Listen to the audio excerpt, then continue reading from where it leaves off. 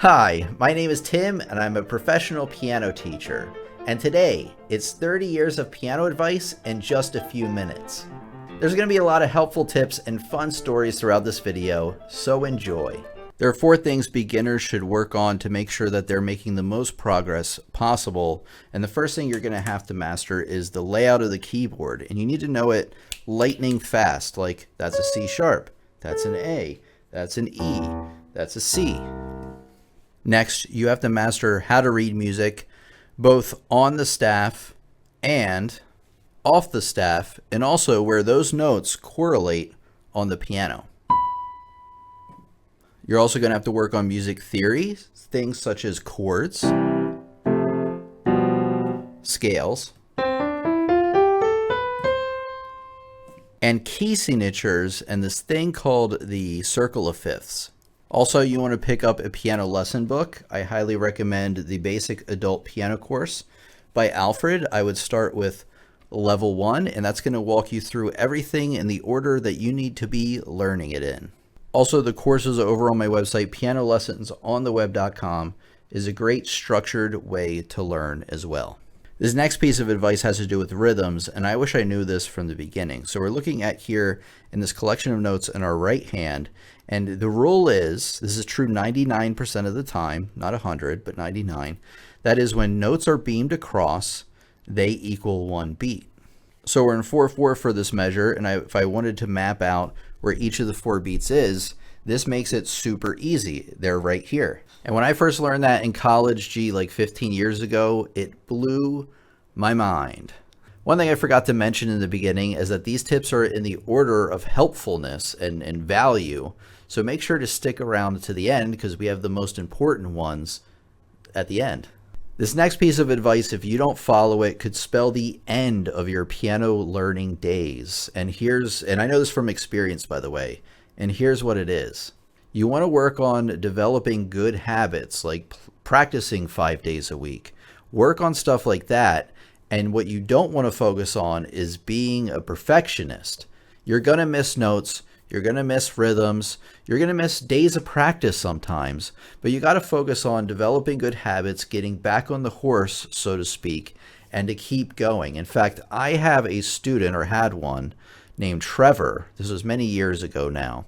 And Trevor was actually quite the genius, you could say, at playing piano. He's very, very good and naturally talented as well. He had one major problem, though. He was a perfectionist. I would go in there, I'd have him play, a page or two, and I'd say, wow, Trevor, that was amazing, actually. It's amazing what you could learn in a week.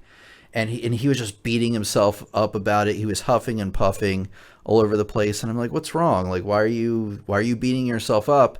And he said, oh, well, I missed, a rhythm, this one rhythm. I held this note too long in measure 4, but like the rest of it was flawless. But that one little thing just ate at him. And he was such a perfectionist that he ended up quitting learning piano because it really ruined his joy of learning. So again, focus on developing good habits and don't focus on perfection. The next piece of advice is very, very important as well, and could result in slow to non-existent practice if you don't follow it.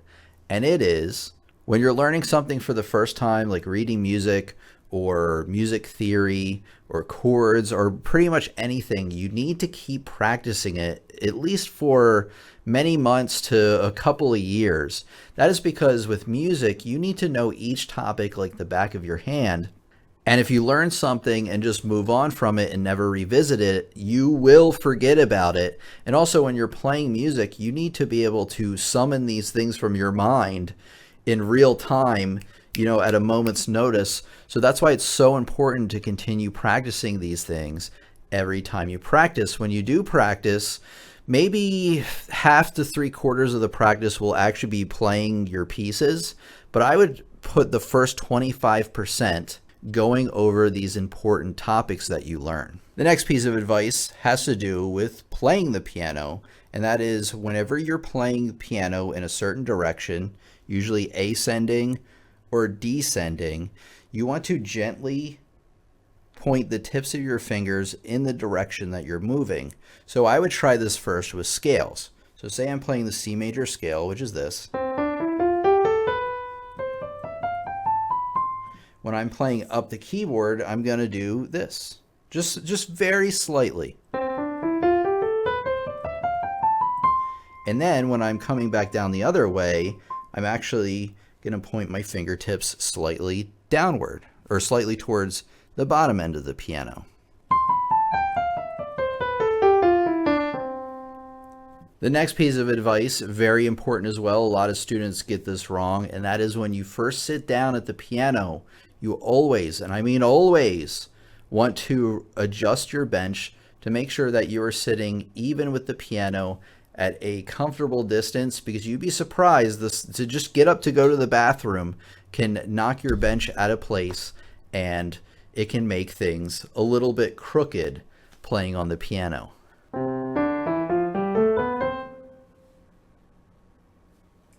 The next piece of advice, I think we're on number 7 right now, is that learning things that may seem boring, such as scales, arpeggios, chords, those things will help you so much in the long run. And you may think like, oh, well, if I don't work on music theory, I can just play my pieces and I will have spent more time working on my pieces and I'll make more progress. But that is going to bite you so hard in the long run, because if you know your theory especially, you can look at a piece and dissect it right away and be able to learn it a lot faster. For instance, say I'm learning this minuet in G. I see a G chord right in the beginning. I know how to play G chords because I've been practicing them. Oh, and G, I have the first little part of the song already learned just because I've been practicing my music theory. And here I see an A major scale with my right hand, and because I've been practicing my scales, I can automatically play that measure without a problem, since I already did a lot of the work when I worked on music theory. The next piece of advice is that you should analyze a piece before you start playing, and you should specifically be on the lookout for time signature, key signature, starting hand position. Scan for tricky looking areas and circle them. And then count out a measure before you play. 1, 2, 3. And by counting beforehand, it makes sure that you are coming in with a nice even tempo, which is basically the speed at which you're playing. And don't forget, at the end of this lesson, we have the most important advice of all. Wait, did you hear that? What was that? Well, I'm sure it was nothing. Anyway, let's continue.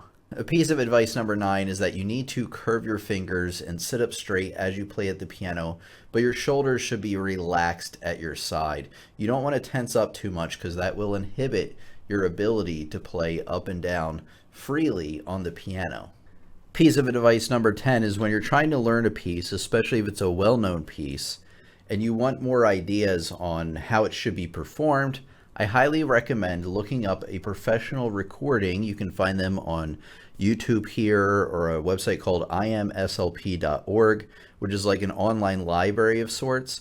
And I recommend listening to professional recordings because you can really listen and get some additional ideas on how the piece you're trying to play should be performed, and you can get some ideas that maybe you can't get just from looking at the sheet music by itself. In fact, the other day I was practicing Clair de Lune, and I listened to Claude Debussy himself. Sometimes you can listen to the composer themselves play the piece, and actually it gave me a lot of ideas. I realized that I was being a little bit off on the tempo, and it really helped bring my playing of that piece to the next level.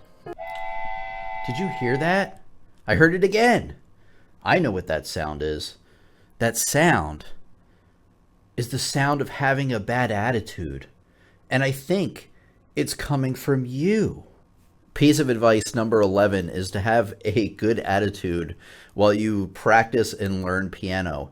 You don't want to look at piano practice and be like, oh man, I don't really want to do that. You know, practicing is boring, or music theory is boring. Stop telling yourself that. Tell yourself it's going to have fun, and it's going to be fun, I should say. You're going to have fun doing it. and not the opposite. You'd be surprised at what a huge difference this is going to make, not only in your playing itself, but your long-term journey learning piano. If you look at everything as, oh, this is boring and this is tough and I don't like this, well, guess what? You're not going to be learning your instrument, piano in this case, for very much longer. So remember, have a good attitude. It's like in the 90s. Everything was about attitude and having the right attitude. And I think we need to bring that back. Okay, we have 2 tips to go and then one final tip, actually, to wrap everything together, as I always love to do at the end of these videos. But for now, this tip is, are you ready for it? We're in actually the final tip, so these are the most important ones. Remember that.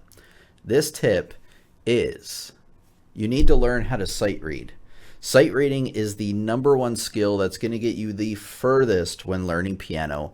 And the concept of sight reading is being able to look at a piece of music that you've never seen before and being able to play through it with relatively few mistakes or errors. And as you can imagine, the better you can get at this, the faster you'll be able to learn pieces and the more enjoyable things will be, because it's not going to take weeks and weeks and weeks for that piece to sound the way you think it should. It's only going to take a few minutes. And here are some basic tips on how to get started sight reading. So ideally when you're sight reading, you want to be reading through a line of a piece or a couple lines of a piece or maybe an entire page. And it's got to be something you haven't seen before. And I recommend that it be a little bit below your current playing level. So if your current piece looks like this, then your sight reading should probably look more like this. And then tip #2 is I recommend getting a sight reading book, or maybe even a piano lesson book that you haven't read through before, that maybe is like a level before where you're at. That would work well too. But this Improve Your Sight Reading by Paul Harris, you can get these on Amazon. Highly recommend it. There's 8 levels of these. They start out real easy and then they kind of build. This is level 3, so you know it'll be easier than this starting from level 1. And they build in difficulty as you go along. Each section kind of introduces you to some new topics about sight reading. So this is a really good and structured way to learn your sight reading. And remember before when I was saying when you first look at a piece, you want to be looking out for the time signature, key signature, hand placement, all that, and you want to look for tricky sections. You must do that when you sight read. There's no time limit when you sight read, unless you're doing it for an audition maybe. So you have all the time in the world to analyze beforehand. And ideally, also, this is very important, I would play through it once as a genuine sight read, and then a second time to correct as many mistakes that you made on the first playthrough as possible. Okay, we have 2 tips to go. One tip part of this lesson, one tip that's going to kind of propel you to success into the future. Are you ready for it? Well, this tip before that one is when you're playing, you want to play out the melody louder than the harmony, also called the accompaniment. Now, what part of the song is the melody? So say I have Für Elise here, and I like using this example for stuff like this because this is a very well-known piece, right?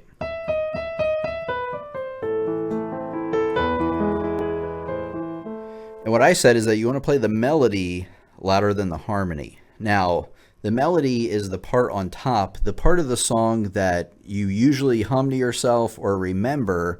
That is usually the melody. So the melody of Jingle Bells would be this. Jingle all the way, that's the melody. And the harmony would be the background notes, usually played with the left hand, not 100% of the time. But if you're a beginner, 99% of your pieces, the melody is going to be on the top. And by playing out the melody, it brings out a lot more character and musicality in the piece that you're trying to play.